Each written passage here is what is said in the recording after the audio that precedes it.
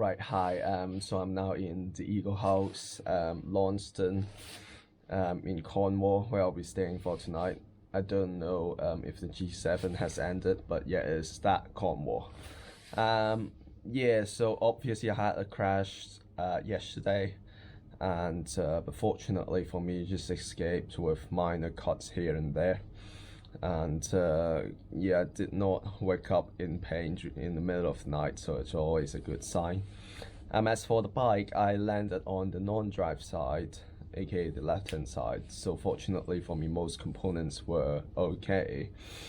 Yeah, and obviously got the front tire cut, and my handlebar was like snapped upwards due to the impact, and so that obviously had some impact on the cable tension, and I think I lost some gears, not able to get past the third largest sprocket at the back, I think.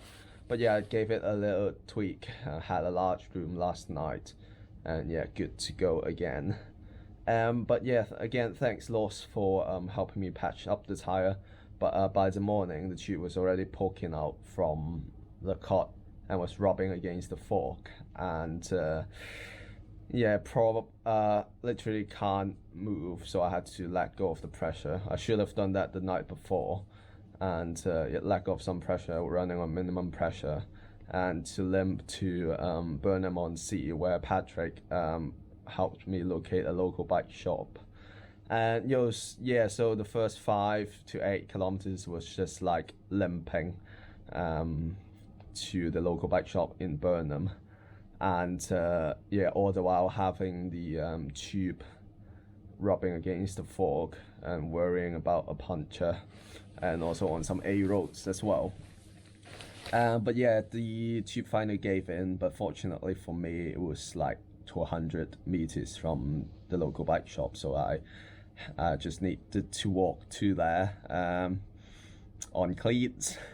But yeah, it was unfortunately a leisurely sort of bike shop, and they don't have any good tires. But yeah, I got like a new front tire 25C and some patch kits for just 17.98. So yeah, can't complain too much about it, but you can obviously guess the quality of the tire. Yeah, when I finally got everything done and ready to get going again, it was already like 1-2 p.m. And yeah, I then turned on to the A38, and it was just an absolute disgrace. From Highbridge, Bridgewater, all the way to, I think, Taunton, Wellington. It was just that green tarmac thing again. Not even sure if that's tarmac or just concrete painted green. And they love to have, you know, gravels mixed into the road surface again. So a lot of scraped off tarmac, embedded gravels, and it was just like very bumpy, uneven. And bruh, I mean, the Brits love to just, you know, cover a hole and or some cracks with patches of probably cement or asphalt. I mean, bro, it doesn't work that way. It's not flash. It wouldn't heal itself. You're only creating somewhat uneven surfaces. But yeah, that's how they do it in Britain, unfortunately. I have to consult my script. It's quite a long one. Yeah, so today I wrote about 150 something kilometers, and yeah, a near century again, and with 1,600 meters of climbing, and all concentrated past the 40-kilometer mark. So you can imagine it's like really up and down. And yeah, to give you an idea for non-cyclists, basically climbing Ben Nevis to the top, plus probably a fifth more of that. Yeah, so it's really brutal. And yeah, the climbing started after Taunton was just long climbs averaging 5 to 8%. Nothing too dramatic, but you know, just never nice to ride on these bumpy roads. There's an absolute disgrace. Double-digit A roads that bumpy, it's just no good. Yeah, and then I cross into Devon, where the nightmare really starts. First thing first, I need to retract all the instances I've used the word rolling terrain before in my videos, because nothing compares to what follows in Devon. So yeah, I turned off the A road in Tiverton. Yeah, there are a lot of turns in Devon, and yeah, turned onto the A3074, where the road surface did not improve at all. So yeah, I nearly fainted when I first saw what's waiting for me. So yeah, imagine 15% climb for 150 meters, grueling, and 9% climb for 50 meters, easy. But add that together times 3, and yeah, you've tackled the first hill of the day. Congratulations.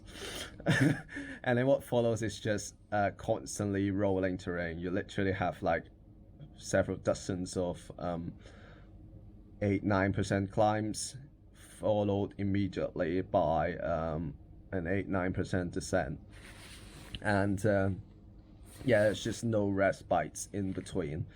And I've worked out, in order to survive that, you need to take a sip and take a bite in the force flats between, you know, the sort of summit, although there really isn't one, before after the climbing section and before the descending section. Otherwise you'll just die of dehydration and run out of energy. Yeah, it really is unforgiving, and there's nowhere to hide. It was a strong headwinds as well when I crossed into Devon, and the cloud gathered up, and yeah, it becomes really chilly, especially on downhill sections. A few drops of rains as well, and yeah, I really had nowhere to go, because that's probably the only way I can use. Otherwise it will be the very busy A30 dual carriageway all along the way from, I think, Tiverton or maybe Taunton to probably Penzance. It's all the way dual carriageway, so couldn't do that. But I did have a section on that, and the timing was really nice, which is a bit unfair. Yeah. So yeah, I after the first set or several sets of hills, I arrived at Cadbury, and there were no chocolate, just more hills. And I looked at my Garmin, it just said 700 meters of climbing, while I still have like over 900, over half to go. And I was like, bro, it's just ridiculous now. But yeah, I made it. And yeah, one thing to note, Devonshire, and there's not a shire, yeah, Devon, it's just really, really hilly. We're prepared for that, and also very windy as well. And people in this part of England seem to be very well behaved and well educated. First things first, I was on the country road, and there wasn't a lot of traffic, so not a lot of opportunities to get into slipstream by passing cars. And also the drivers are really polite. They pull out wide and pass you quick, and yeah, so there really wasn't any chance for me to grab a slipstream.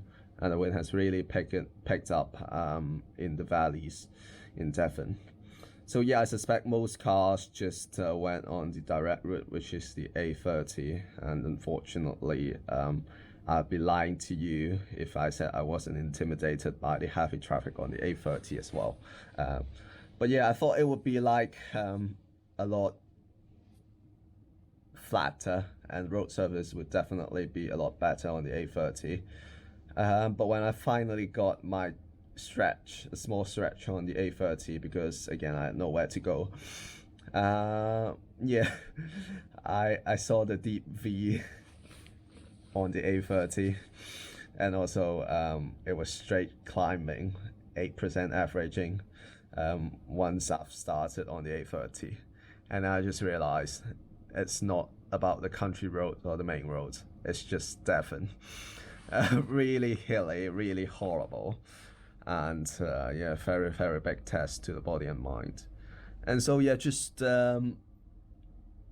rolling terrain now, literally rolling terrains from Tiverton, Crediton, and to Oakhampton, and then yeah, just constantly climbing and descending, and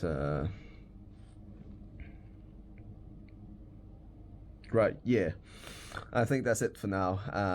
No, but no, honestly, it was already like 7 or 8 when I reached Oakhampton and still have like 30 kilometers to go. And yeah, I went past the A30 section and it was all downhill from there. I thought it would end, but no, sorry. Don't get ahead of yourself. Roads again, but fortunately for me, I could carry some of the momentum from the previous descents up some hills. But yeah, again, when I finally reached Launceston, it's another steep climb, 10% probably, 400, 500 meters all the way to the Eagle House. So yeah, it's just horrible down south.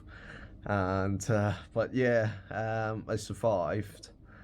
I'm doing well. So yeah, tomorrow I'll be riding to Penzance, and again some more climbing. Yeah, let's hope I can manage that. And yeah, I'll see you guys later.